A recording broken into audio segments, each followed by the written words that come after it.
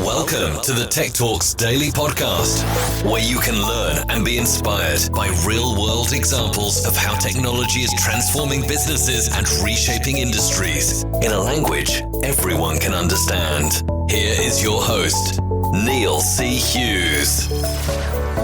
Welcome back to the Tech Talks Daily Podcast. Now, when I went on a search for someone to talk about PropTech or property tech, today's guest immediately stepped up to the plate. And his name is Shane Neman from Neman Ventures. And he's the founder of Easy Texting and JoonBug, but also a serial entrepreneur and investor in technology, real estate and hospitality over in Miami. And he currently runs a portfolio of over 25 properties in major metropolitan cities across the US and is investing heavily in PropTech right now. So today, I invited him on to discuss PropTech, how COVID has pushed more investment into property technology, and some of the things that he's excited about. So buckle up and hold on tight as I beam your ears all the way to Miami so we can speak with Neman right now. So a massive warm welcome to the show. Can you tell the listeners a little about who you are and what you do? Sure. Well, first of all, thank you for having me, Neil. My name is Shane Neman, and what I do now is very different than what I have done. Let's just put it that way. I'm a three-time tech startup founder. I've had two successful exits, with my last one being Easy Texting, which is probably the largest SMS marketing platform for small to medium-sized businesses in the United States now. But I exited that company around 2013. But since then, I've continued in the tech world. I've done some projects here and there, but mostly I've been doing a lot of venture and doing early stage venture in particular for companies and looking for founders that I can connect with, and I can, more than that, just help. So I can see. So that's what I've been kind of really doing for the last, let's say, 7 years. And I've also been doing other kinds of investing too, mainly real estate and that kind of stuff. But that's really what I'm doing now. And I've published an ebook on what it was like to be a founder and the lessons that I've learned. And that's the majority of my time now is looking for new and bright founders and companies, and also talking to the ones that I've decided to invest in, and helping them through the challenges that they face. And as you said there, so you are a 3 times tech startup founder. So you are a serial entrepreneur and investor in technology, real estate and hospitality in Miami right now. But I always like to find out a little bit more about the origin story of a guest. So I've got to ask, where did your love of technology come from? Can you remember that moment and what ultimately put you on the path that you're on today? For me, it actually, I went to NYU for college, New York University, and for undergraduate, and I was pre-med actually. Yeah. So I had always thought that from high school that I would become a doctor, specifically a surgeon, because I thought it was the most noble profession you could possibly have, and all the good that goes along with that. And I was, for anyone who's been on the pre-med track, they'll know how difficult it really is. And it requires a lot of memorization and a lot of studying. And you can be any type of major you want to be to get into medical school. You just have to take these set courses, at least in the United States. And so I was looking for a major that didn't require me to memorize anything, quite frankly, just to be honest with you. And I took a computer science 101 class, and within the second week, I had never really I had done some like basic programming, maybe in middle school or something like that I kind of had a little bit of familiarity with it. But I really kind of fell in love with it because all you had to do was kind of figure it out on the fly. And it didn't really require much memorization, which helped out with not cramming too much stuff in my brain, that and let me go on my pre-med track. So that's where I really fell in love with it. And I was really, and quite frankly, I was just good at it. I was kind of naturally good at it. And so, you tend to like what you're good at. So that's where my love of technology, particularly in programming and software and computers, and then I started building my own computer at that time. And we're talking about this is like in the mid 90s, right? So that was my time that I fell in love. And then it was also the kind of start of the .com boom, right? And so I also kind of, I started working in college doing websites and web programming, which at that time, being 20 years old or something like that, I was getting paid on a part-time basis a crazy amount of money, because if you think it's hard to find programmers now, imagine how hard it was in like 1996 or 1997, right? And so that was another part of it, right? Like, I was in high demand, I was getting paid well, and that all kind of converged together for me. I love that. And one of the reasons I invited you on the podcast today was to demystify and talk a little bit more about PropTech or property tech. And for anyone listening that's outside of that industry and new to this topic, how would you define PropTech?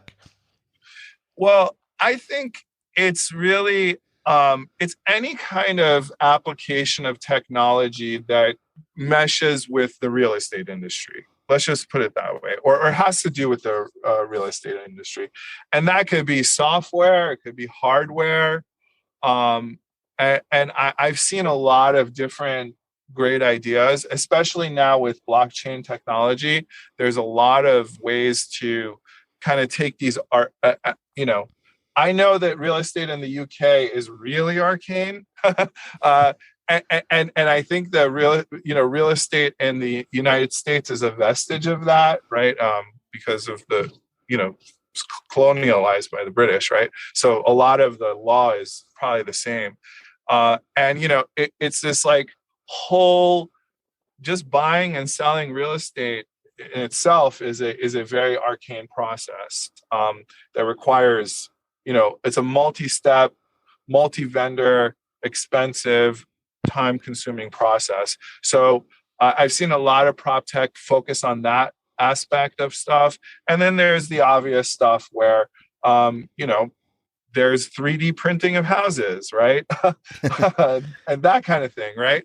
And then there's software applications and hardware applications that help people manage real estate, extract the most value out of real estate, find real estate to purchase. There's all these different applications that you can imagine. And I'm curious, did the COVID and the global pandemic, did that push more investment into property technology? Oh, for sure. It actually, I'll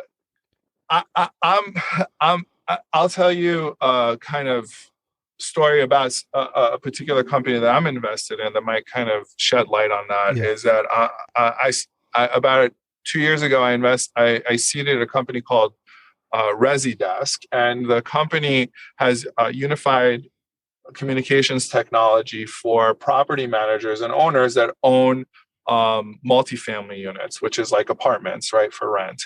And they have like kind of like a one hub for large property managers to have communications with their tenants and their prospective tenants. And what happens is right now it's a kind of messy process because there are multiple property managers. people communicate through email and text, and a lot of kind of things get lost in the cracks, right? Yeah. And during that time, during COVID, actually, they saw the most amount of they saw the most amount of signups because property managers all of a sudden needed a really quick and efficient way to mass communicate with all of their tenants, right? Regarding rule changes, masks, rent collections, everything you can imagine. It was a little bit challenging in the beginning, right? Kind of showing the value proposition of this stuff, right? To people who aren't really, let's say, tech savvy, or aren't as tech savvy. This is a generalization I'm making, right? Yeah. There are plenty of real estate people who are, but in general, it's kind of still kind of stuck in the past, right? And so it really accelerated technology adoption for sure. And I think that that's going to last post-COVID, because once you've kind of experienced it and understand the efficiencies involved and the possibilities that it opens for new revenue streams, and time efficiency, and a lot of times you also don't need as many employees to do the same thing that you were doing before, right? Yeah. So I think that it all it did was kind of fuel the fire and accelerate these type of technology adoptions. And what is it, as someone that's working right in the heart of the industry, what is it that excites you about the road ahead for PropTech and how you're going to be able to leverage this technology as well? What excites me the most is, I kind of going back to what I said before is many of the things that go on are very arcane, right? And time consuming and just unnecessary, and can be easily solved with things like blockchain technology, right? Just think of like, I'm not sure if you're familiar with title services, right? But the chain of custody of a piece of real estate or a piece of land, right? Now it's like this whole hodgepodge of, finding documents from the city, from the state, from the township that you're in, and kind of establishing the chain of custody to make sure that the person selling you this property, for example, is really the owner, right? So like that's what it really is. And then you have to buy title insurance in case they made some sort of mistake, right? And it's expensive, right? Because, if they're wrong, they have to pay you for the property, right? Which could be a lot of money.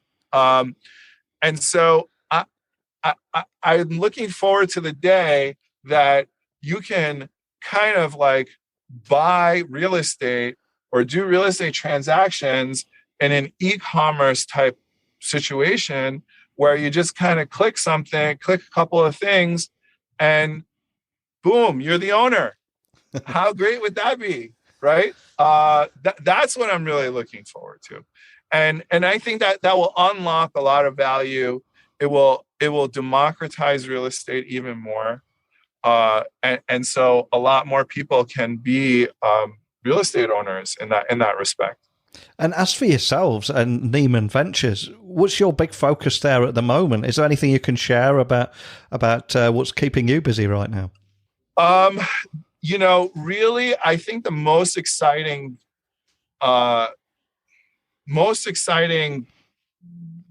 let's say, segment of the market right now is Web3 and blockchain technology.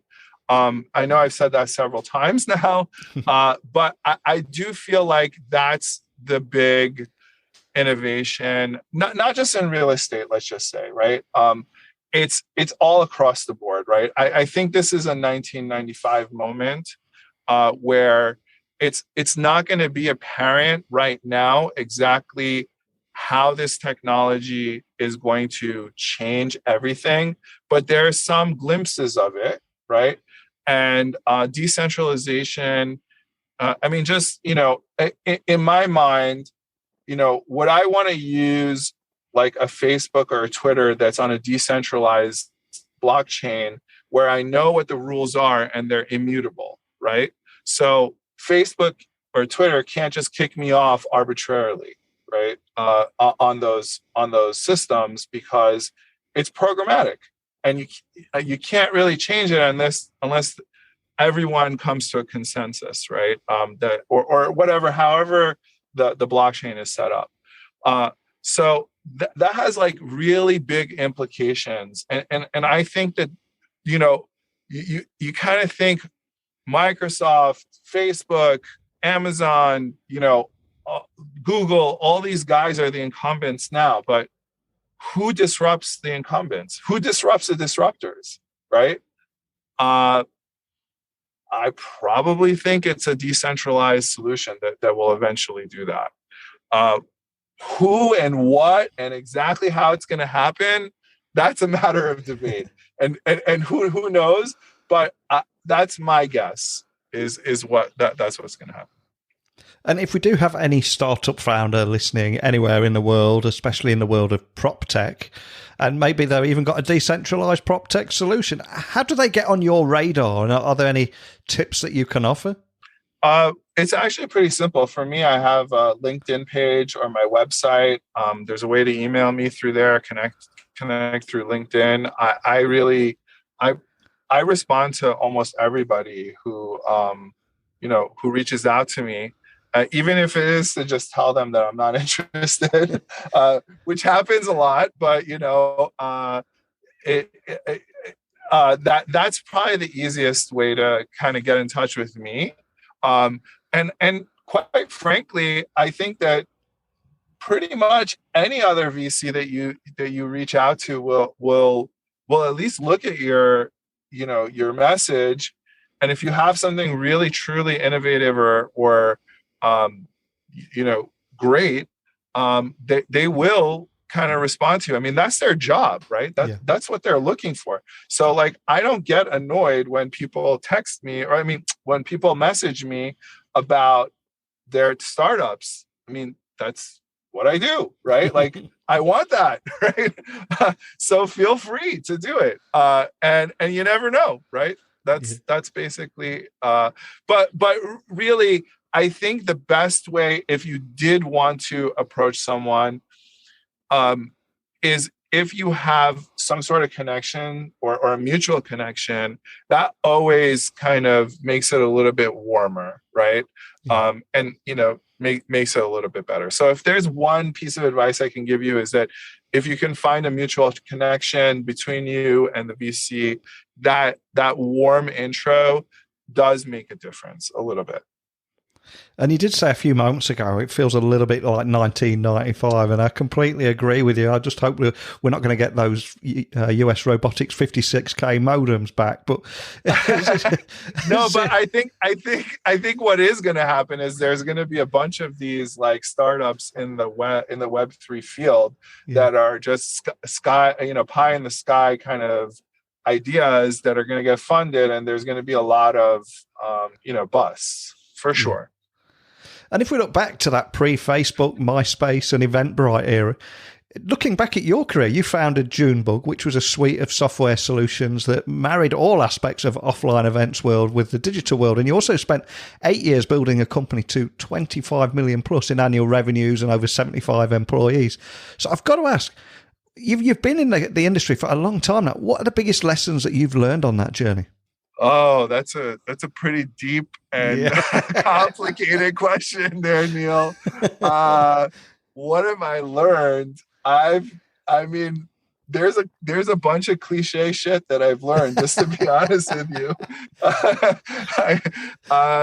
All I can tell you is that every cliche that you've heard about entrepreneurship is true, or else it wouldn't be a cliche. I would tell you that you shouldn't really think too much about things, because I think one of the like key parts of my success is I didn't really know what the hell I was getting myself into until it was too late. I think if you overthink things, like maybe had I known a lot of the things that I had, a lot of the things that I didn't know before I did it, I wouldn't have done it, right? And it wouldn't have pushed me to become uncomfortable and try and find solutions for these types of things. So I think, the number one thing is that, don't overthink it. A lot of times doing is just better than, planning. Obviously, you have to have some sort of plan and like some sort of underlying thesis to what you're going to be doing, right? But I think, a lot of it is being able to wing it and figure it out on, over the course of time and being confident that you can do that. That's really that's like the main thing that I learned. Because I had never created software for events before. I had never even done events before I did that, right? Yeah. I had no idea about SMS before I created easy texting, right? So, I wasn't an expert in it when I started, right? But I became that as I faced the challenges and I overcame them. And so that I guess that's probably, the most profound thing that I've learned throughout the course of this journey, let's just say. No, that's a fantastic answer. And today we have talked about your origin story, your hugely successful career in tech. But I'm going to throw a slight curveball in your direction now and ask you if there was a particular song that has inspired you in the past and helped you in your career, been the soundtrack to your career, or just helps you get your head in the zone before going on stage. What would your song be and why? What song? I don't know about a particular song, but maybe an artist is probably more. I always through like since the age of 13, I just loved Depeche Mode, and they were like Dave Gahan was like my idol, and it never went away from me.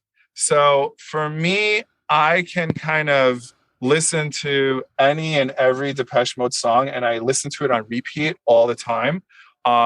So to try and ask me which one is my favorite one or which one is the soundtrack, I don't know. That's kind of hard for me to pinpoint. But I think the genre of Depeche Mode is probably like the right thing for me, because they talk a lot about kind of overcoming emotional pain, right? Yeah. So that I think being a startup founder is really and again, this is cliche. You've probably heard this shit like 100 times, right? It's having the emotional grit, right? Like it really is, because at the end of the day, it sounds really glamorous to be an entrepreneur. I assure you, or a startup founder, I assure you, there is nothing glamorous about it. Unless you're like in Silicon Valley and your best friends are VCs and they're going to do everything to help you, right? There's really nothing glamorous about it other than working, overworking yourself and constantly being worried and, challenged. So there's a really big reward at the end of that if you can do that successfully, but you have to be able to pay that price. What a great answer. So thank you so much for sharing that. And before I let you go, for anyone that wants to find out more information about Neman Ventures or anything to do with the work that you're doing, or even contact you or your team, what's the best starting point?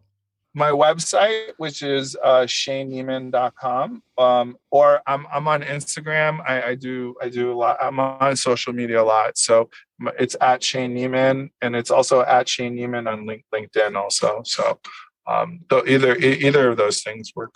Cool. Well, I'll have the links just so people can find you nice and easily. But thank you so much for taking the time to come on here, discussing PropTech, dispelling a few myths, learning how COVID has pushed more investment into property technology and some of those things that you're excited about, and your love of Depeche Mode, of course. But more than anything, thanks for sharing that with me.